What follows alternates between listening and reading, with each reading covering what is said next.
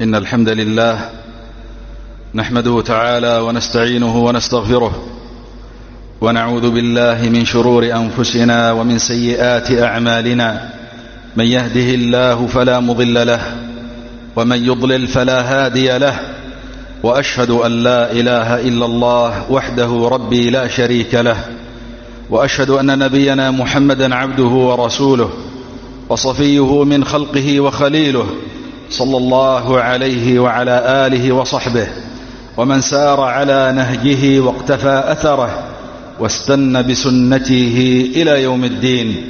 يا أيها الذين آمنوا اتقوا الله حق تقاته ولا تموتن إلا وأنتم مسلمون. يا أيها الناس اتقوا ربكم الذي خلقكم من نفس واحدة وخلق منها زوجها وبث منهما رجالا كثيرا ونساء، واتقوا الله الذي تساءلون به والأرحام إن الله كان عليكم رقيبا. يا أيها الذين آمنوا اتقوا الله وقولوا قولا سديدا يصلح لكم أعمالكم ويغفر لكم ذنوبكم، ومن يطع الله ورسوله فقد فاز فوزا عظيما. أما بعد، فإن أصدق الحديث كلام الله، وخير الهدي هدي الأنبياء، وخير الملل ملة إبراهيم عليه السلام، وأحسن السنن سنة محمد صلى الله عليه وعلى آله وصحبه وسلم، وخير الأمور عوازمها، وشر الأمور محدثاتها، وكل محدثة في الدين بدعة، وكل بدعة ضلالة، وكل ضلالة في النار. أما بعد، أيها الناس، لقد صار جهاز الجوال في متناول الجميع، يمتلكه الكبير والصغير والطفل والرضيع. وقد أثبت العلم والدراسات العلمية خطر كثرة الاستعمال للجوال على مستخدميه من جميع النواحي، كالصحة النفسية والصحة العقلية والصحة الجسمية أو الجسدية. وإذا كانت الأخطار للجوال على الكبار مؤكدة، فخطرها على الأطفال من باب أولى. ومن أخطار الجوال على الأطفال يا عباد الله الإدمان على الجوال، والبكاء والصراخ عند أخذه منه، وهكذا فقدان التركيز وعدم الانتباه في الدراسة وضعف الحفظ، وأورام سرطانية بسبب ما تبثه هذه الجوالات من إشعاعات وما يصل إليها من ذبذبات.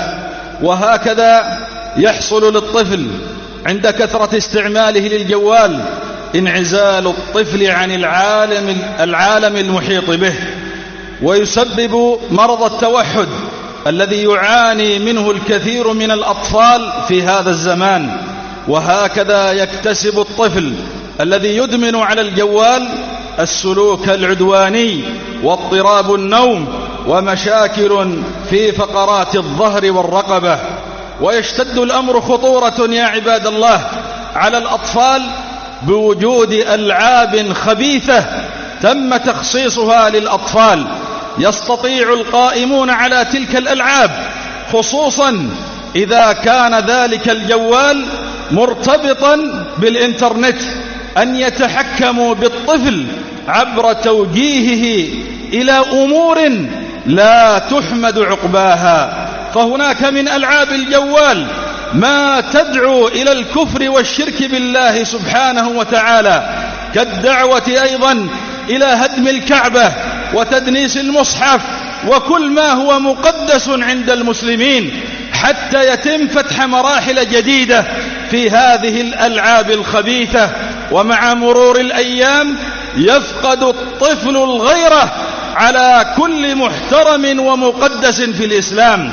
وهناك من ألعاب الجوال ما تدعو إلى فعل السحر والشعوذة، فيقوم الطفل بترديد عبارات تطلب منه، فيتم استحضار الشياطين والعياذ بالله، فتتسلط الشياطين على الطفل، أو تتسلط على البيت الذي هو فيه، وهناك من الألعاب أي من ألعاب الجوال ما تعلم أو ما تدعو إلى تعلم القتل والسرقة، وهناك من ألعاب الجوال فيها العري وفيها الدعوة إلى فعل الفواحش والرذائل، وهناك من ألعاب الجوال ما تدعو الأطفال إلى فعل جريمة الانتحار. ولقد رأينا بأعيننا ما وصلت إلينا بعض الصور والفيديوهات لبعض الأطفال حاولوا الانتحار. عباد الله، لا ننسى أن الكفار يحسدوننا أو يحسدون المسلمين وأبناء المسلمين على نعمة هذا الدين. يقول الله تبارك وتعالى: ود كثير من أهل الكتاب لو يردونكم من بعد إيمانكم كفارا حسدا من عند أنفسهم.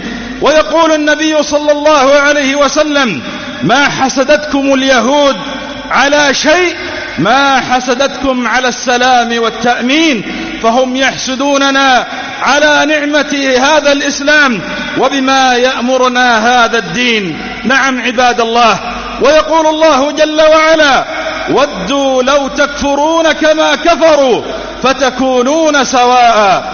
فالكفار يودون لو أننا وهم في الكفر والشرك سواء، والمنافقون يودون لو أننا وهم في النفاق سواء، وأهل المعاصي والفجور يودون لو أننا وهم في الرذيلة سواء. فالحذر الحذر يا عباد الله. أقول ما تسمعون وأستغفر الله العظيم لي ولكم فاستغفروه إنه هو الغفور الرحيم.